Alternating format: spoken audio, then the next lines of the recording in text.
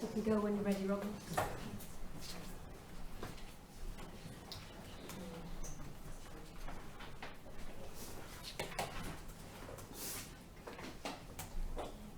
Okay, I think we should try to begin. Welcome to everybody in the room, and welcome to everybody in the virtual room, if I can say it that way, to this World Health Organization seminar on the cultural contexts of palliative care. Death is a certainty of life, but the end of life can be an uncertain time, with a range of decisions to make about health and about well-being.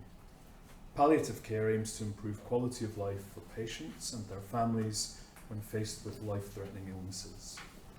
Addressing suffering at the end of life involves going beyond physical symptoms. Good palliative care prevents and relieves suffering by also addressing cultural, psychosocial, and spiritual issues.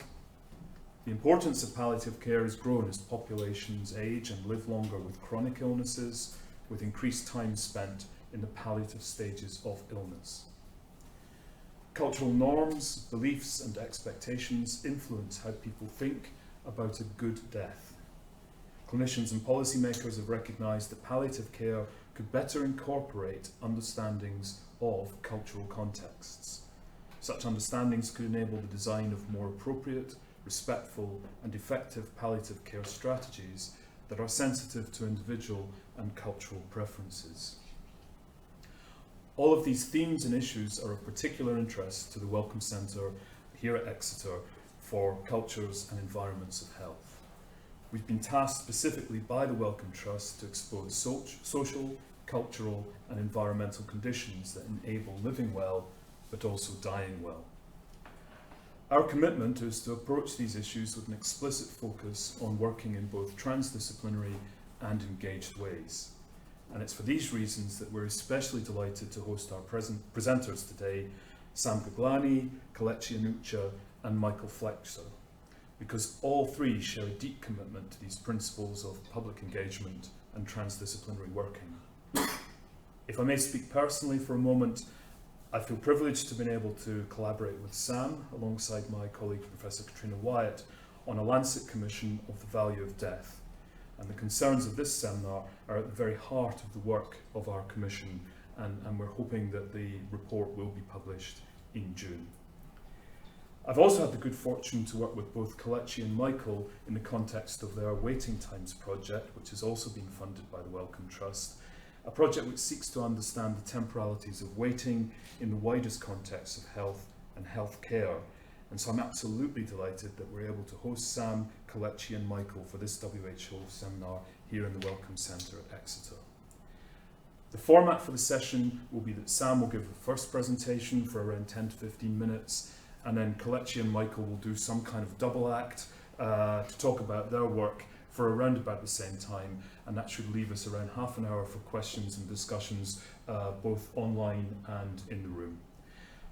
So first of all, it gives me real pleasure to welcome and to introduce Sam Guglani.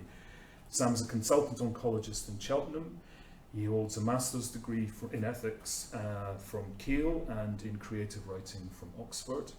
He's been the director of Medicine Unboxed, which he founded in 2009. And he uses the arts and creative industries to illuminate challenges in medicine. He's a published poet, he writes for The Lancet, and his debut novel, Histories, was published in 2017. Sam.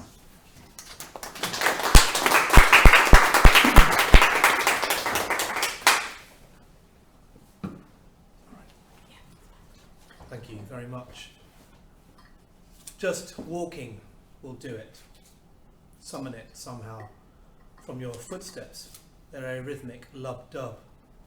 The sudden realization, as the poet Jane Draycott has it, that you are here until you are suddenly not.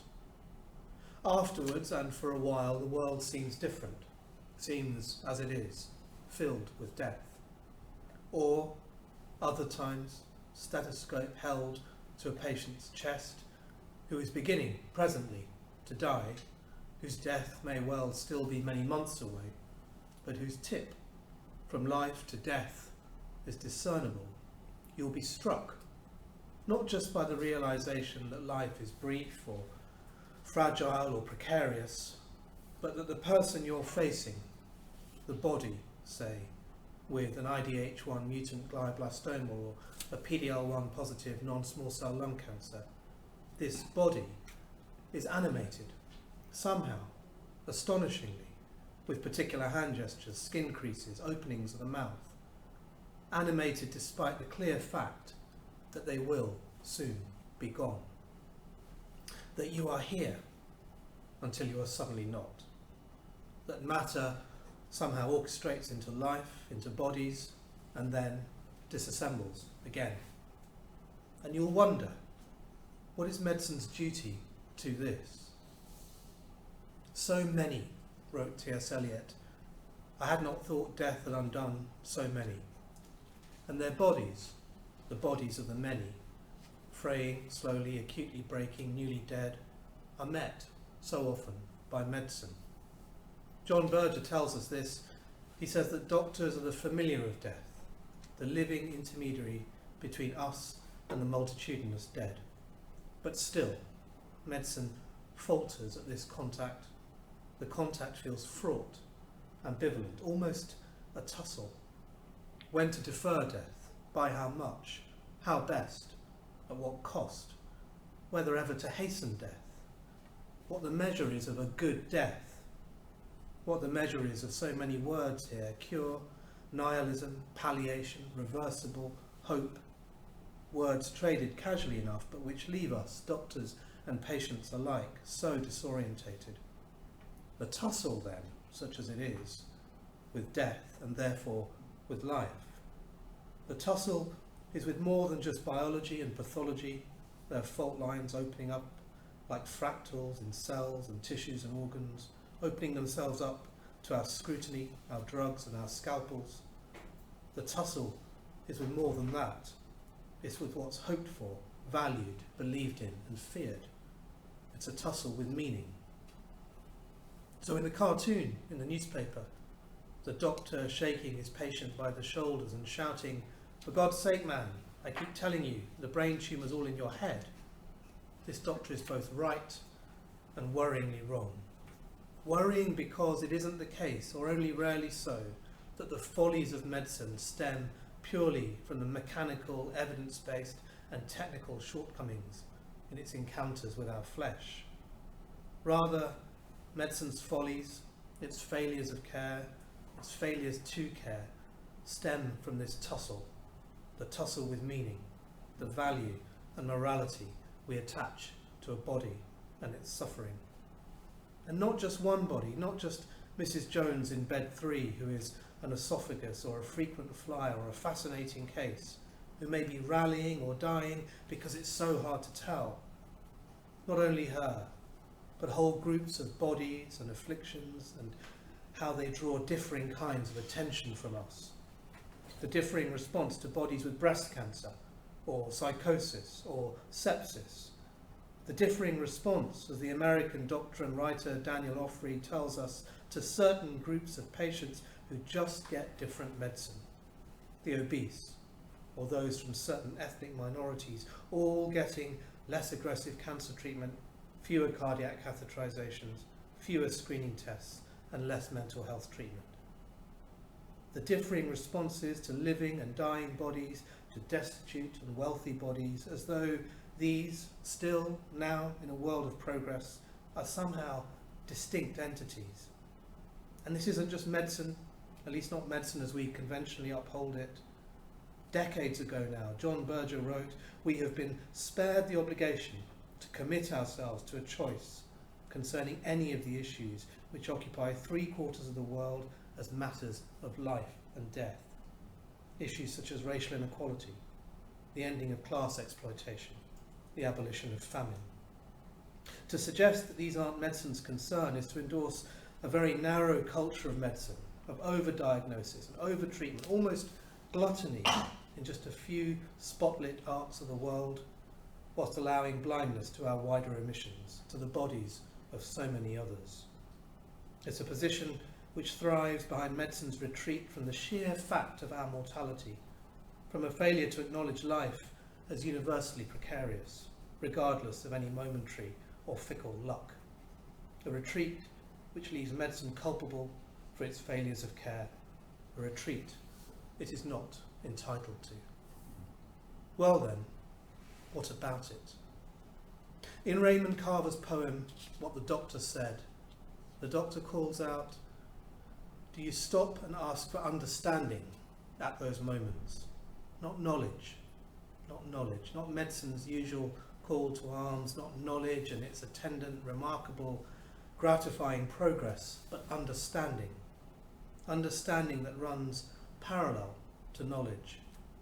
And just maybe in medicine, our huge structures of knowledge have now begun to obscure the simple understanding that you and I, all of us, are fragile, almost fine china, impossibly brief against the weight of time and world. On a ventilator in old age or in the seconds after birth, punctured by bullets in a classroom or on the rubble of a street, starved or intravenously fed, waiting for simple oral rehydration or infused with expensive precision drugs. How might we glean it, such understanding? After the 9/11 attacks, Ian McEwan wrote, if the hijackers had been able to imagine themselves into the thoughts and feelings of the passengers, they might have acted differently. Imagining what it is to be someone other than yourself is the beginning of morality.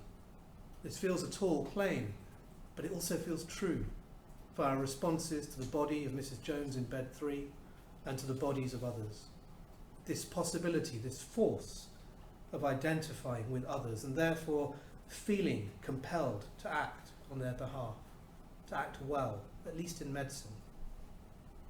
The bedside epiphany for me demonstrates this. Life as animated in the present and also fragile. And also then the realization, almost with vertigo, that this is just as true for me, stethoscope in hand.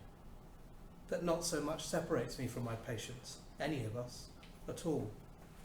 That even the act of holding or shaking another's hand might leave us wondering where to mark out the outermost particle of one person and the first particle of another. That our margins may be much more penumbra than fence. That we are, in a sense, permeable to one another. That maybe, oddly enough, the strange trick of human kindness, of love even, of good medicine, might flourish from some understanding of this. And perhaps, aside from any bedside epiphany, perhaps there are other maps so that we can arrive at this understanding and view of such a permeability, ones that may be important to medicine.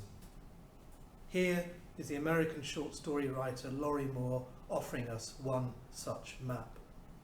She says, a story is a kind of biopsy of human life. Biopsy is a word I hear and use all the time as an oncologist. A tiny piece of tissue, tumour, say, taken, fixed into form, brightly lit and looked upon. A fragment that is particular, but which also infers a wider truth, something that represents the whole wide picture.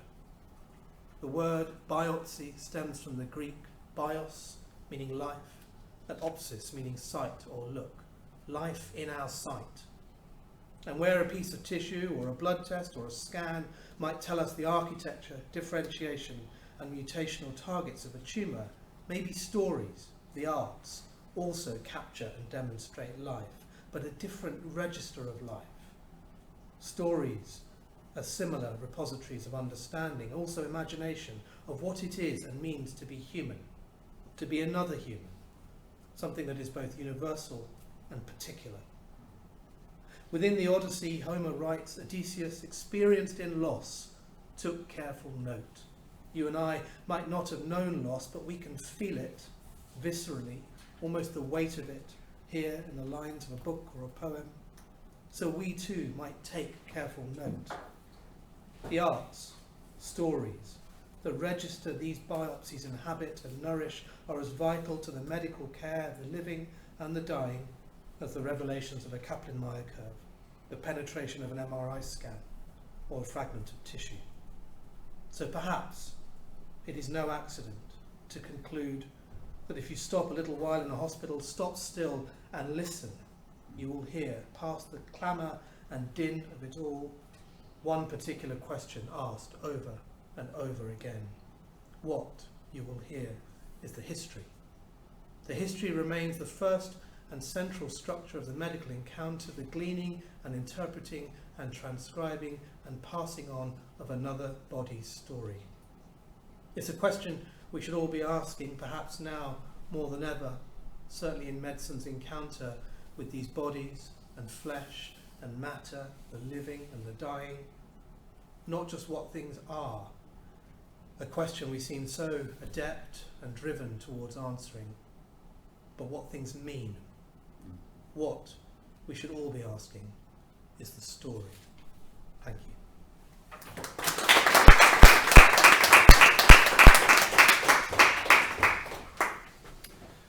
Thank you, Sam. I was going to introduce you, if I may. There's something that resonates powerfully with me, and I hope we'll make a connection with the talks that Kelechi and Michael are going to give. And that's that challenge of how do we create the conditions that enable ourselves to listen, to hear in the first place, especially when the people to whom we might want to listen are typically denied a voice, or whose voice is typically silenced.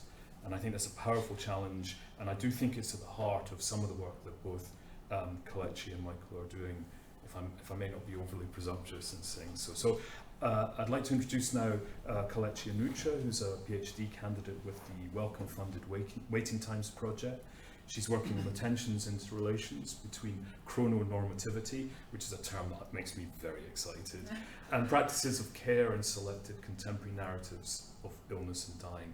And I'm just going to allow you to hand straight over to Michael, if that's okay, rather than me interrupting. So Michael J. Flexer is the publicly engaged research fellow on the same Waiting Times project, and he explores innovative and transformative ways of working with different publics to co-create multimodal texts of waiting and temporality. He's a semiotician, and he's a theatre practitioner by training, and he's a PhD in the semiotics of schizophrenia. So over to both of you.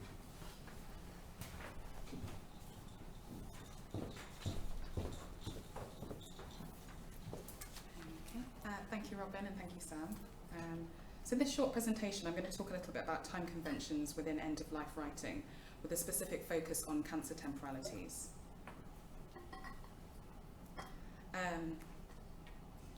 So there's a general consensus that in the last 30 years there's been an explosion of illness narratives. You can see I've brought some of these together on this slide. Some of them began their lives as blog posts or articles in the press. For example, Ruth Picardi's Observer column, which then became an illness narrative, a posthumous illness narrative called Before I Say Goodbye. These first-person accounts of illness are structurally similar to other distinct 20th century traditions of trauma, testimony and survivor literature, as well as writing about mental illness.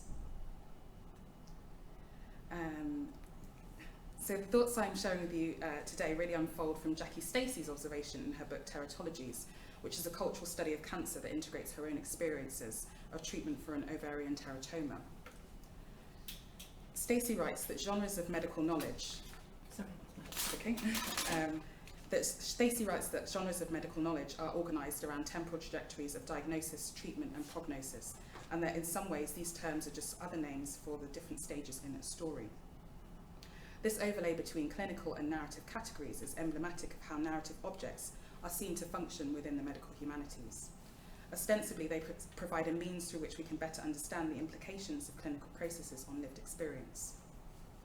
The way in which they seem to map neatly onto one another support assumptions that narrative can provide a psychologizing function, offering access to inner states of biomedical subjects. So illness narratives tend to share a particular orientation to time. They are sympathetically aligned with an understanding of time that is linear. And we see this in a number of different ways. Some are formatted as diaries, others are focused on etiology, the question of what caused the cancer in the first place, and invoking genetics and environmental elements to that effect. There's a general alignment with the logic of cause and effect. The careful selection of treatment protocols, for example, is a key part of many cancer narratives, and evidence is a deeply entrenched belief that treatment should be oriented towards cure. So within this logic, the moment of diagnosis becomes key. And so looking at this slide here, I've just gathered together a few examples of how many narratives are structured around this moment as a kind of induction into the narrative. Diagnosis becomes a highly charged scene that is overlaid with cultural histories. So I'm now going to share a short excerpt from a memoir called Milkshakes and Morphine about the diagnostic scene, and I'll read this. An hour later, I sit in the surgery and rehearse the symptoms in my mind as I wait for my name to flash up on the LED announcement strip above the reception desk. I've got a lump. It is growing. It doesn't hurt. It's firm to the touch and it moves around. It's been there 4 weeks, maybe more. Don't chicken out. Don't underplay the symptoms. Remember the statistics. 46% of cancer patients are diagnosed late, reducing the chance of successful treatment. I think of my fellow journalist and late friend, Ruth Picardi, who told a fellow girlfriend and me about a lump in her breast during one of our late night powwows at Soho House and how she hasn't done anything about it. So what's interesting here is the way in which the text is situated as part of a wider tradition of other illness narratives, even as it anticipates and rehearses that moment of diagnosis. Here, access to healthcare seems to involve an element of performance and depends upon the ability to organise symptoms into a coherent history that can be taken by a healthcare professional. This notion of late diagnosis was also interesting to me, introducing that kind of urgency that places the diagnosis moment within a temporalative crisis that insists that doing nothing, simply passing time, is incredibly violent and harmful. So linearity is helpful. It helps us to kind of align ourselves with medical temporalities, and within the wider narrative cancer field, it underpins metaphors of guide maps and journeys and stages and destinations which boost morale and hold out this offer of progress, recovery and futurity. A linear organisation of time is the most transparent. When events proceed in this orderly way, time becomes a non-substance, a clear medium in which plot events can take place. So the popularity of these illness narratives I've described contributes to a cultural imaginary in which illness and death are universal experiences that can and do affect anyone. They are democratising. They level the playing field in some way and expose our essential humanities. And in this way, this is right. But also, this is the way that illness and death are effectively depoliticised as well. So what we might want to be aware of is that illness narratives are always part of a wider structure of health inequality that has a distinctive temporal element. Cultural productions and creative labour are supported by specific accumulations of time and care. Money is always part of the allocation and flow of time. So this brief look into how illness narratives might function in a linear way demonstrates that some will always have the ancillary capital to mobilise for smoother access to timely treatment, to create their own legacies and better curate the end of their life.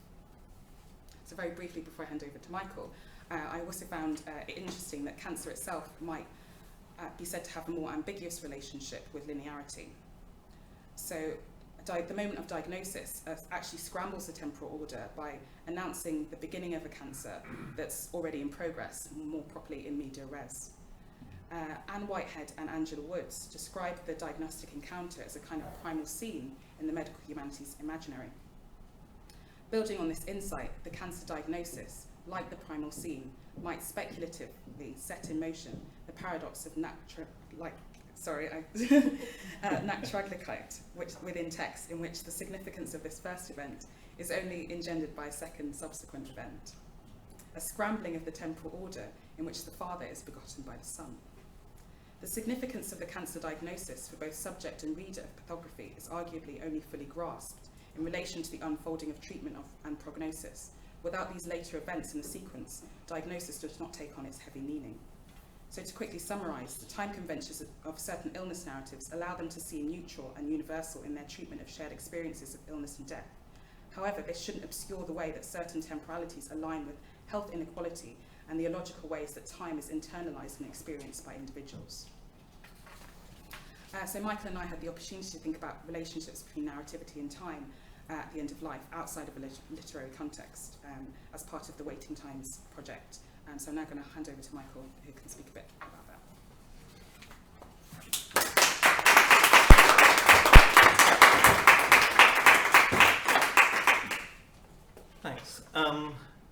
really indebted to Sam actually for a really wonderful phrase in his talk, this concept of the story as a repository of life, and that's definitely a phrase which is now going to replace the slightly awkward phrase online archive, which I've been using to describe what we've been pulling together with the stories that we've been telling through our work on the Waiting Times project. So as Kelechi explained, we did some storytelling, story sharing sessions in a day hospice in rural Devon, and have created our repository of life from that. I'm going to take us through some of the examples from that, and whilst doing that also kind of lay out some of the semiotic analytical methods which Robin alluded to also in his introduction. So this first example, building on that idea of the Freudian kind of return of delayed trauma or deferred trauma, I wanted to kind of take that and slightly give a different spin to that. So this is a very short quotation from one of the exercises that we did with the people at the day hospice, where we would create a time machine and people would be able to go back in the time machine to any moment in their life or any moment outside their life or any time at all, or any situation, and explore what that felt like to them and the experience of waiting to go into that moment or time. And one of our participants wanted to go back in time to visit their father who was passing away and who they hadn't been able to spend time with at that time because they'd been working at the other end of the country. And it was a very emotional exchange, and the participant was very upset, and at one point when they were saying how they'd had to balance their personal family and work commitments with seeing their father, I said, even though you weren't there, they would have known that you were thinking of them and that you wanted to be there. And the person responded by saying, he knows, yes, but still very difficult, switching to the present tense, referring to this event that was 30, 40 years beforehand. The conversation then moved on, and the person started talking about one of their own children who they were having to negotiate a difficult process with their carer as to when they should tell their child that they should come and see them for what would be the last time. This child lived in Canada, and something had been arranged, and now the timescales have changed. So we moved from the one anecdote to the other kind of conversation. And also, while we were having this conversation, the person who was the participant themselves knew that this was being recorded, and they were going to be able to share this after they passed away with their child. And there seemed to be a kind of composite message that was coming through, potentially a statement of acceptance that it might not be possible to see each other, and also maybe a message as well from this participant to their child, saying that it was okay if that didn't happen. At the same time, as obviously also experiencing it, the participant was experiencing it from their perspective as the child and their perspective as the parent as naturally distressing. And I wanted to give that example because it kind of complicates that Freudian return of a traumatic event or of T2 making sense of T1. How I understand what was taking place, we have all these kind of layers of meaning, all these different sort of contexts, the personal context, the cultural context, woven together to create a message which I'm not sure if it really accurately recreates a specific psychology at a certain moment in time, but creates a message which can be meaningful for different people in different ways. And that's the kind of work that we seem to be doing. And I say seem to be doing because our approach to this was not to come with preformed ideas of what the stories would be like that we created, but rather to work in a dialectic with the people who were our participants, with our partners, to really kind of create and explore what kind of work could be done in the process of doing it. If we switch to the next slide, which might have to be the last slide. So we were working very much with the materiality of time, and that was initially, at least, both for the people we were working with and for ourselves, the kind of problem to be solved. So what we have here is we have an account from one of the participants who's talking about their experience of being on dialysis. And this person had previously spent a lot of their time making things with their hands as a hobby, as a set of hobbies, very kind of active, creative person. And their experience of dialysis had been incredibly frustrating because they had to spend several hours a day, 4 or 5 days a week, when they were unable to do the things they were used to doing. And so they used this phrase, this I brought out on the left-hand side, saying the time can be quite heavy.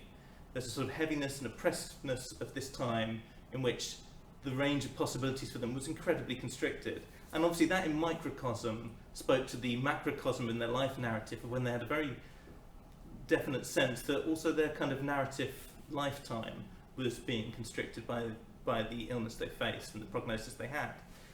However, their response to that was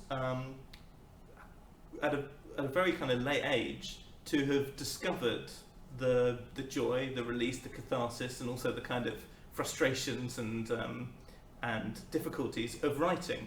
And through this process of writing, this participant had taken that time, which had been incredibly heavy, and had been able to alleviate it and make it light. And I think that really spoke to what we were able to do in these, or what we aimed to do in these sessions with our participants.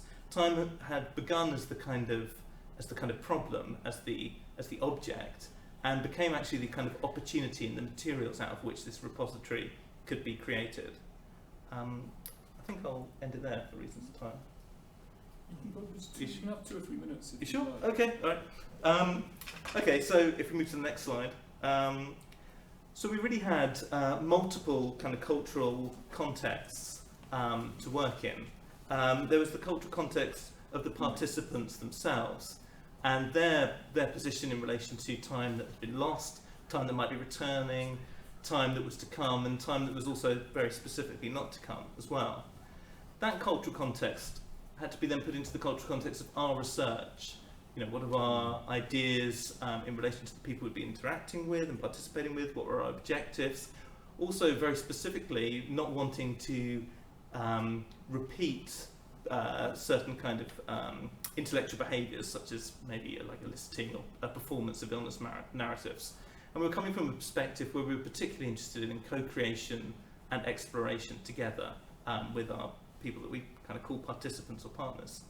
And that context as well had to fit into the wider context of the centre's work as well. We're really interested in advancing transformative, publicly engaged work.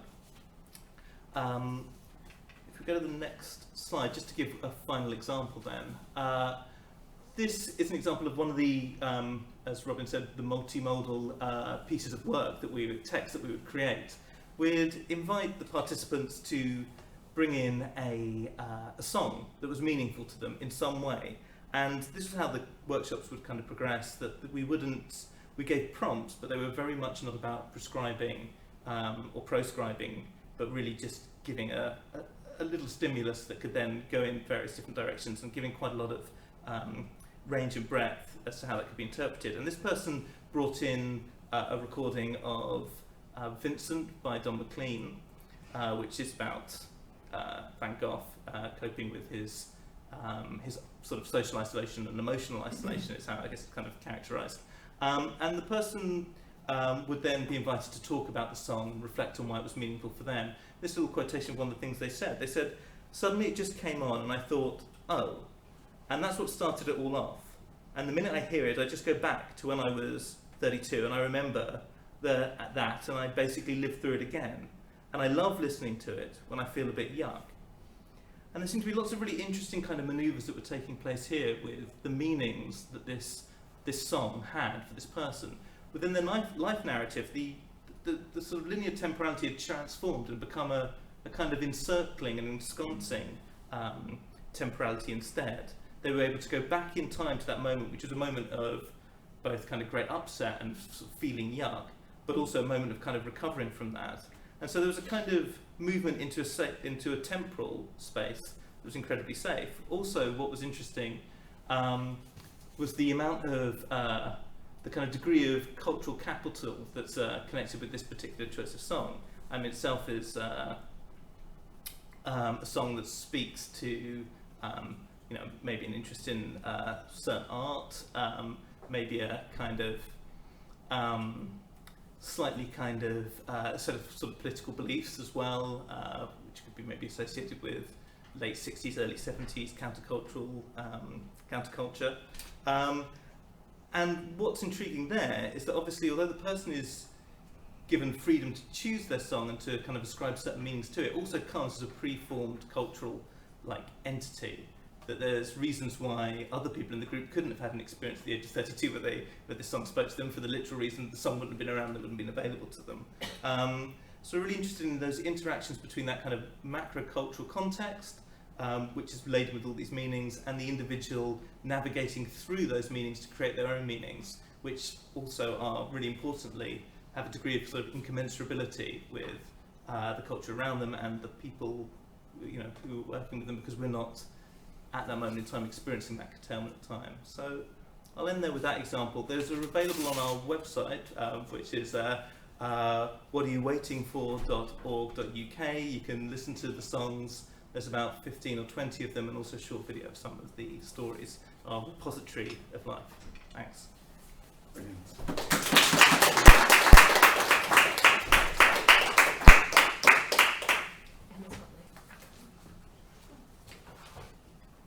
So I'm just about to access the online questions. So if we just give ourselves 2 moments to gather our thoughts, and hopefully not everybody's now seasick from being turned around.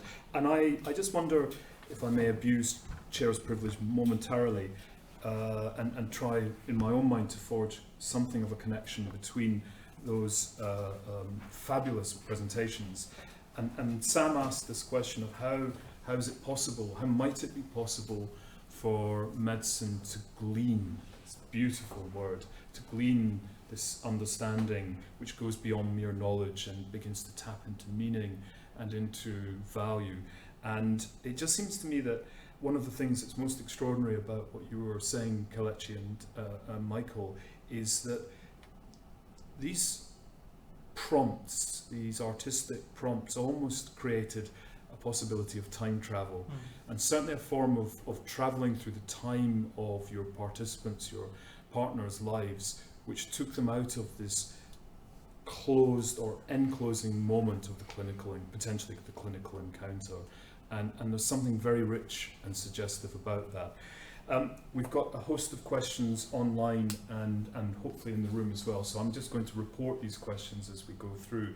And the first one that we have is from Anonymous, who asks, what is the role of arts and health, and in particular social prescribing, in relation to palliative care? So I don't know if anybody wants to kick off. Maybe Sam, is that something you feel? I might do that cheeky thing of kind of answering the question, but not really. I was really struck by Michael and Kelechi's descriptions there of experience, time, and if we just look at literature, certainly modern and postmodern literature, that's exactly the examination of time that it inhabits. If we look at writers, even Proust, Virginia Woolf, they're not following linear narratives of time, and even more modern writers like Ali Smith and Jeanette Winston. All of poetry pretty much does this, where events are almost a palimpsest rather than a straight regaling of events. And my experience of talking to persons who come under my care is that things aren't described in a linear fashion, ever, but it gets heightened in particular scenarios. If we think of patients with dementia or patients that you've been encountering, their consciousness will flit across time and inhabit different times concurrently all the time. And it strikes me that medicine needs to just take its understanding from whatever vista of knowledge there happens to be that's appropriate to that encounter. And some of that, sure, is an understanding of biology, statistics, anatomy, pathology, but just as much, with no hierarchy, understanding and gleaning from the arts. So to me, that's almost more interesting. How do health professionals be slightly less imperialist in their approach to knowledge, and think, well, actually anything that informs my encounter with Mrs. Jones is important, and all the Mrs. Joneses out there to do this well. And that's where the arts come in as primarily important. Social prescribing, etc., sure, similarly valuable, but personally comes secondary to the whole business of identifying with human experience authentically, and therefore informing how we act. Fantastic. Do either of you want to add anything to that? I wanted to just, I guess, kind of note as well the sort of, I guess, the kind of potential sort of social barriers to social prescribing compared to, say, the work that we wanted to do, where I think if we'd immediately gone into the hospice and sort of said we want to do a kind of art therapy kind of intervention, that the language and the kind of expectation of what that might produce might have been intimidating or like positively like unpleasant to the people we were kind of hoping to participate with. So so some of that's just a sort of language thing around what social prescribing is, but it's also we try to do a lot of work that would kind of create space in which things could then kind of merge rather than something being rolled out to people who already have a lot of kind of personal, that are personally active. And can I ask in relation to this, to what extent when you listen to stories, when you hear stories, and I'm thinking again about this question that you posed, Sam, about how medicine can learn to respond to meaning and value, to what extent your own praxis, either as researchers or as a clinician, is changed by or affected by the stories that you hear and the challenges that these stories may fall back onto you and the way that you do your practice? No, either of you could go first. I'm still reflecting on the question. But I guess continuously, always, at a constant feedback loop that's forever changing, morphing, fractal-like. Well, it has to, doesn't it? I mean, the only answer I can give to that is necessarily and always. But I think you do have to cherish a culture that prioritises that. And that's not always with the simple measures of allowing for time, because the easy refrain is, that's all very interesting, I have a laparotomy to do, or thanks very much for that, I've now got a 40-patient clinic to do. I think it's too easy, too glib to invoke that kind of worry, because of course it takes time, but the time's often, it's I suppose the stance and the register of attention to another human being's story, which partly will be expressed through language, so much of it through their entire, not all their non-verbals. If for no other reason, even if we were completely utilitarian and cold about it, what Mrs. Jones decides to do will be informed by to what extent Dr. X is receptive to that, how he understands what's important to her, her value set. Otherwise, medicine is unidirectional entirely, isn't it? Yeah. So even if we were really cold about it, it impacts on what happens to a healthcare economy, if nothing else, let alone the whole business of care. So I have if you don't mind, I have a follow-up question that's popped up online, which I think will be in relation to that. Now I have to tell a little story about the questioner. This has come from David Pension, and I personally owe a huge debt to David Pension, because it was David who actually created the initial link that enabled us to go on the journey, which has ended up in the Value of Death Lancet Commission. So I'm particularly pleased that this question has emerged.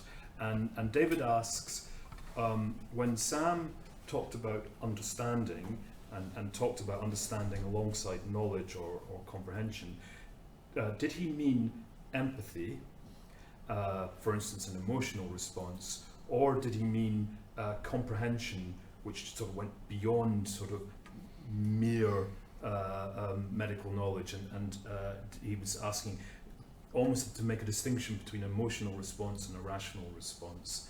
And I think that's a tough question, so I wonder if you might want to say a little bit more about that. I meant the latter, right. But for me personally, the latter encompasses the former.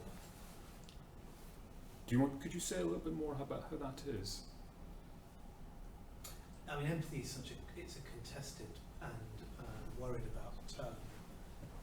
So I almost, rightly or wrongly, but it's almost something far more pedestrian than that. It's identifying with another worldview, being slightly more conscious of your own biases and prejudices. We were talking about this earlier on, that creep in and systematise to how one practices the whole business of medicine. So yes, therefore, the kinds of vistas of understanding and knowledge that are wider than the p-values and the curves that we seem rightly addicted to, because they've galvanised all sorts of progress, and we'd be in a different place right now if we hadn't had them. But the idea we can just rest on those laurels whilst we know medicine's culpable of all sorts of failures of care, there are quite significant and vast injustices that populate the planet, strikes me as odd, not something that normally enters the terrain of simple ethical normative debate, but asking ourselves questions about what medicine's for, what are the goals of medicines, what are the sorts of values we aspire for it to inhabit, societal questions which feel to me too broadly. I mean, one might use any number of terms, I've chosen understanding, but something that transcends the narrow knowledge that we prize so much in the 21st century. Fantastic, thank you. There are two more questions that I'd like to report from online, and then maybe we can take some questions also from in the room. And these are questions that, one of which I think is will speak to all of you, but there's a second question which I think will speak specifically to Sam and Kelechi. Oh, and they've just disappeared. Gosh.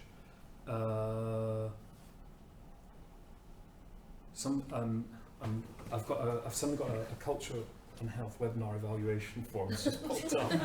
Oh, should I just pop back onto that? Oh, that's weird. Oh yeah, there we go. Try that. Yeah, there Fantastic. you go. Thank you. I will be evaluating your answers as you speak, so they better be good. So the first question is a question about language, and the questioner asks: some of us who are experienced at dealing with death and dying still use phrases like "passing away." Should we avoid such euphemisms? Do they lead to normalization, or should we be looking at kind of demystification? And if so, how might language help us to do that?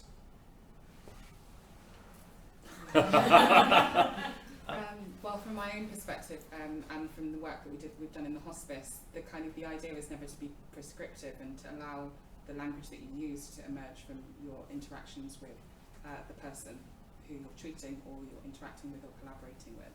So if they're happy to use, if what they need is to seem to use languages that are strategies for coping, for negotiating, for understanding, then that seems to be the most appropriate thing to do.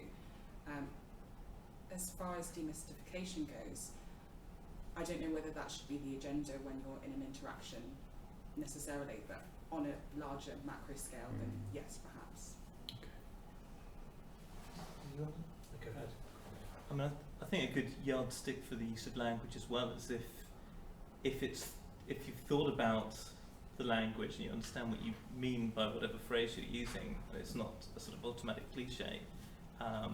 And Sam said something before we came in about how a habit language can lead to sort of habitual thoughts that aren't kind of interrogated enough. So I think that seems like a really solid rule of thumb for using language. I think that particularly with the question of death, though, there's always going to have to be something, if not sort of euphemistic, at least metaphorical about death, and that's there in the phrases that we use for it, because there is a sort of enigmatic, unknowable element to it, which probably isn't to things that we might equally want a euphemism for, like enemas or something, because there is something beyond that which can be described. Yeah, I agree with those things. I really like Kelechi's answers to that question. It strikes me as sensitive and kind, but also truthful. I think the thing I would say is I'm not yes to euphemisms, yes to demystifying things widely, yes to having truthful conversations, but actually to me it's about treating language with reverence and not glibly, And too often, I hear myself or others go into some kind of automatic mode, and the same old stock phrases coming out, and then the contact drops off. So choosing words carefully, which would have to be personalised to the person in front of you, rather than just a set of stock phrases, strikes me as reverent to the words and to the person. I find myself sometimes, often, saying things like, time may well be short, or things aren't going in the way we want them to go for you, I'm worried about you, and that might find its way of being a sort of staged arrival at very much more concrete language. I would hope that's intended to be kind rather than to somehow be opaque or to mislead someone. I think it is quite important to be both truthful and kind, otherwise what's the point of it? There's something really important to me listening to what you've all been saying there about conditions of listening, and a kind of reverential listening is such a beautiful concept, but it seems to me that the pressures of the clinical setting are all acting as a driver to close down the possibility of that space. So how we hold that space open seems to me to be very, very important. The final question I'd like to take from online, and then we can open it up to the room as well, and this speaks specifically to Kelechi and to Michael's presentation, is what's the benefit of studying temporal perceptions to palliative care? How does this benefit people, or how does it benefit healthcare? So specifically about perceptions of time, temporal perceptions, time consciousness. Well, kind of just following on from the presentation, it seems to me that time is the medium, kind of the transparent medium in which all of these events are taking place. So a kind of an understanding of how it functions is going to necessarily help you to understand more about how people are feeling, where people are positioned in certain processes. But also just, I guess, wherever you're placing yourself in terms of disciplinary kind of locations, like whether you're in philosophy, the kind of time is really central to questions of being, and questions of being essential to what it means to approach the end of life. So I think it really is central to kind of understanding and grappling with things like dying that don't seem to be directly graspable in and of themselves. I think the only thing I'd add would be the analytic approach that I'm taking to some of the materials that we've explored or co-created, is that, and I hope some of the examples demonstrated this, is that a kind of close attentiveness to the forms of time that are rendered within these texts has got a kind of meaningful content within it. We use forms of time within the narratives that we produce to communicate a kind of meaning that often can only be communicated in that more oblique way, and can't be reached at directly for either sort of psychological reasons, interpersonal reasons, cultural reasons, or just because there's a sort of inarticulable thing underneath. So that's another part of the rationale. Sam, do you want to add anything? Yeah, I think it's really central. As much if we're interested in arriving at as much as is reasonably possible. This is why I guess empathy is such a contested claim, because it's to many it smacks of hubris. But if we're saying actually I'm interested, it's important to me to know what Mrs. Jones's experience is, as much as is tenable, given the space between us. Understanding our experience of time is as central to our experience of pain, her hope, her fear, and that alphabet is one of, if there is such a thing as empathy, that is the alphabet of it, isn't it? What are your versions of this? What is your experience? The counter-argument that none of that's important strikes me as untenable. So therefore, it's how does one get to that in some sort of authentic fashion? I think it's really hard. I really think it's hard. And it's interesting, isn't it? Because you'll often hear that. You'll never hear a surgeon say a laparotomy is too hard. Just wouldn't say it. So the idea that there's a hierarchy of what's hard and therefore retreatable from favours the mechanistic over the rest of it. And no one would ever say to me, I haven't got enough time to do that chest drain properly. I'm just going to cut a few corners. it just wouldn't stand up. So actually, all the other stuff, the notionally soft stuff, is central to the practice of medicine, hard or not. Thank you. That's stunning for me. Can I take any questions from the room? Veronica. Yeah, I'm sorry, this is obviously like an annoying niche question because it's interesting to me. But to follow on from that, I think that's a really interesting sense of what is hard and therefore retreatable from, that I think came up in all of your presentations, and that sort of we were grasping at the edge of something that was like simultaneously very, very hard, but also very comprehensible. Yes. That none of this was like beyond our grasp of understanding or too strange for us to manage. But it sort of made me wonder, like, how in a clinical setting would you say we might better manage these things that are simultaneously might feel quite hard for both clinicians and patients or members of the public, but are also like really straightforward, be kind to people, use the language they like be sensitive. Like how might we negotiate between things that feel almost so common sense that they can't be taught and yet are clearly so difficult to put into practice? I don't know if that's a question that makes any sense.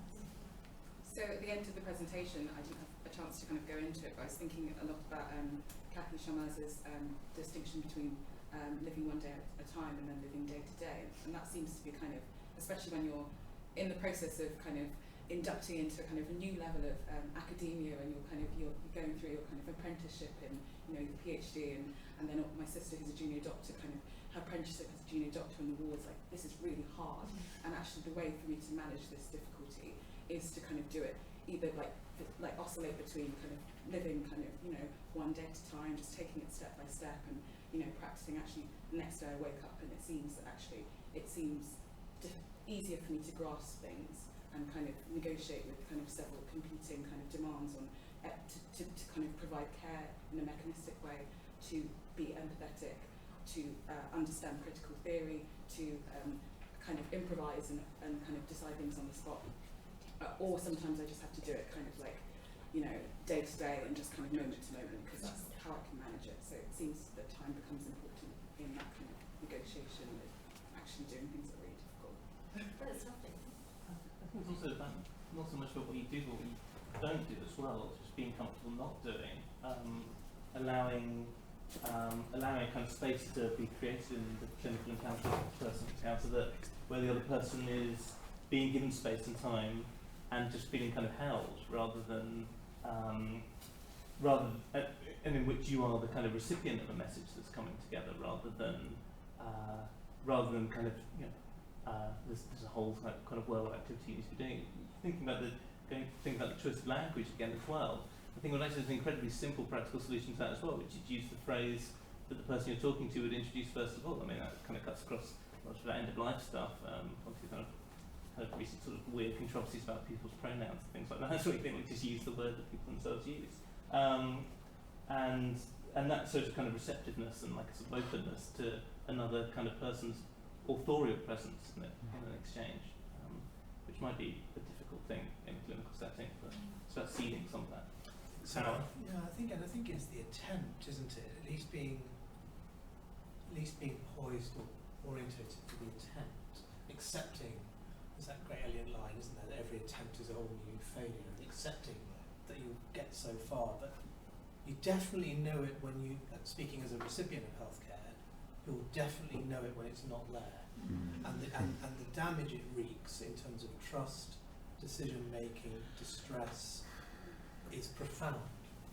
So if we know when it's not there and we feel it, and you get pretty good at spotting it in colleagues when it's there and not there, then it strikes me that one accepts the status quo of its absence, or one has some attempt individually and culturally to arrive at it, or at least try with what we have in the constraints we have for it, which only partly, interestingly, coming back to the earlier question, I think is fulfilled by traditional ethical norms and claims.